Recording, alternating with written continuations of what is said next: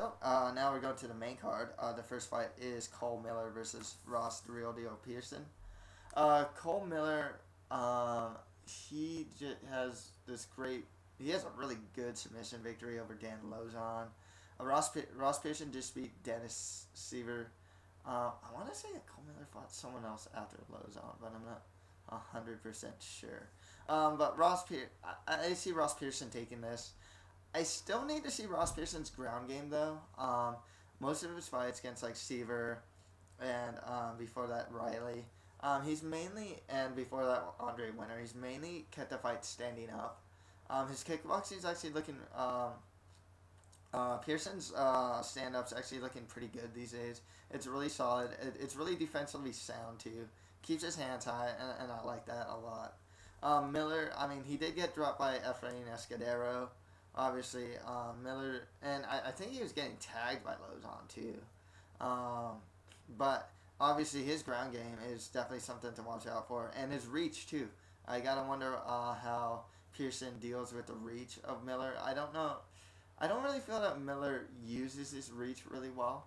He is a tall guy, but I don't think he has that stand up to really pump that jab, pump those leg kicks, and keep a guy at bay. And especially since he's a jiu-jitsu guy, he wants to keep the fight close, and he tends to want to take the fight to the ground more so than keep it standing, whereas Pearson likes to keep the fight standing.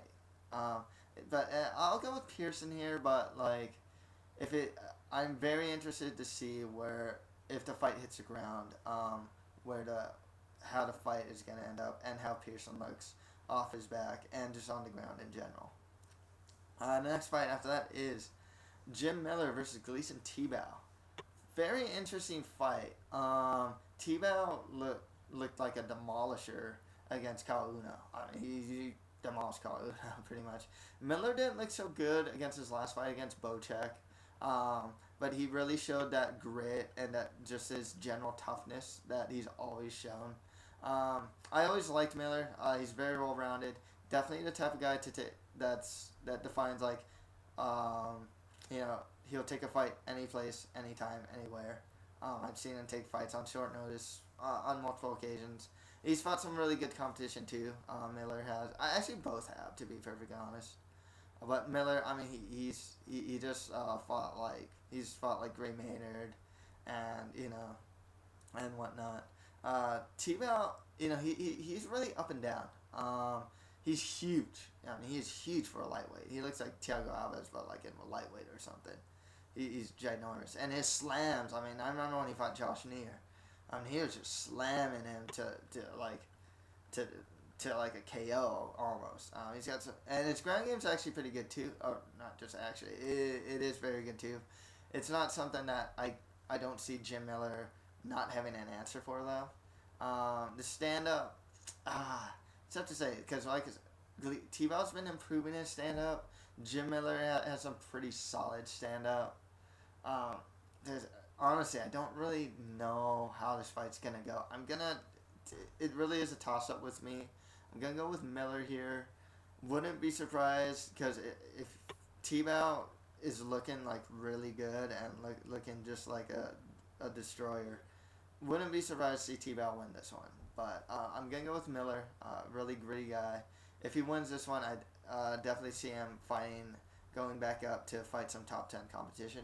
Uh, Same with Tebow actually. If Tebow beats Miller, I can see him starting to fight some more top 10 competition. So, and the co-main event is Efrain Escudero versus Charles Oliveira. Oliveira, is taking this fight on short notice, and Escudero, his original opponent was Gunderson, actually. I know that Escudero just beat Dan Lozon. Oliveira, he's coming off a great triangle choke victory. One thing about Oliveira though is that his takedown defense isn't the greatest, and Efrain can wrestle. Lately, he's been standing up, which is fine because his stand up's actually looking better. He's got a really good chin too. I'm gonna go with Escudero in this one. One, I know that Escudero did lose by armbar submission to Evan Dunham, but Evan Dunham has been looking really good lately, and the fact I feel that before the armbar, Escudero was actually looking really good before that armbar. So I'm gonna go with Escudero on this. I think he'll win the stand-up battle. I think he'll win the wrestling battle. If it hits the ground, I can't really see him submitted because Escudero is pretty good on the ground too. It's not like he doesn't know what to do down there or anything. He's actually very good on the ground too. And that goes to the main event now of Nate Marquardt versus Husamar Tokino Palhares. Nate Marquardt is coming off that loss against Chael Sonnen. And I was really disappointed in his performance there.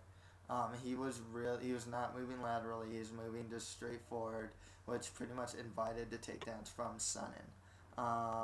Palhares, he's coming off that win over Thomas Straw, where he pretty much broke the guy's leg. The thing with Palhares, he has really good slams, and it's not like Marquardt isn't immune to getting taken down. He does have good takedown defense, but it's not like I can see him actually keeping this fight on the feet the whole time. I do feel that Marquardt definitely has the better hands. He's been a lot more aggressive lately and been knocking people out. He's also beaten guys like Damian Maia and just generally have fought better competition than Palhares. Palhares has fought some tough guys like Dan Henderson and whatnot. He more or less almost broke Lucio Leonhart's leg as well.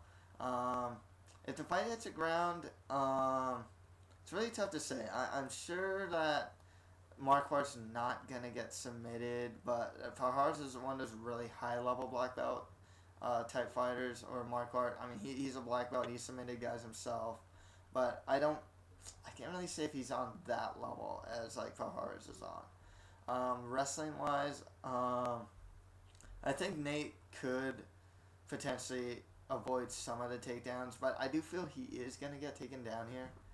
But as far as the stand up goes, I'm gonna go with definitely Marquardt here, and that's where I think the good amount of fight could potentially take place. I'm actually gonna go with Marquardt here, but I wouldn't be surprised if Palhares wins it. I think that Palhares does have a pretty good chin. That's not to say that Marquardt can't knock him out, because I think he might actually do that. I don't see Marquardt taking him down. I see Palhares trying to take him down and use his brute strength to do it and try and hit a heavy slam. But and try and work some jiu-jitsu to get the victory. The thing is, I can't see it happening though. I can't see Palhares taking the fight. I can see him taking the fight to the ground. I can't see him getting the submission victory. Whereas with Marquardt, I can see him getting the KO or TKO victory. And I do feel that if Marquardt does hit the ground, I don't think he'll get submitted. I do think he'll even probably get back to his feet too. So I'm gonna go with Marquardt in this one, but it's it could go Palhares' way, but I'm gonna go with Nate Marquardt to win this one. So yeah, that's it with my UFC Fight Night 22 predictions.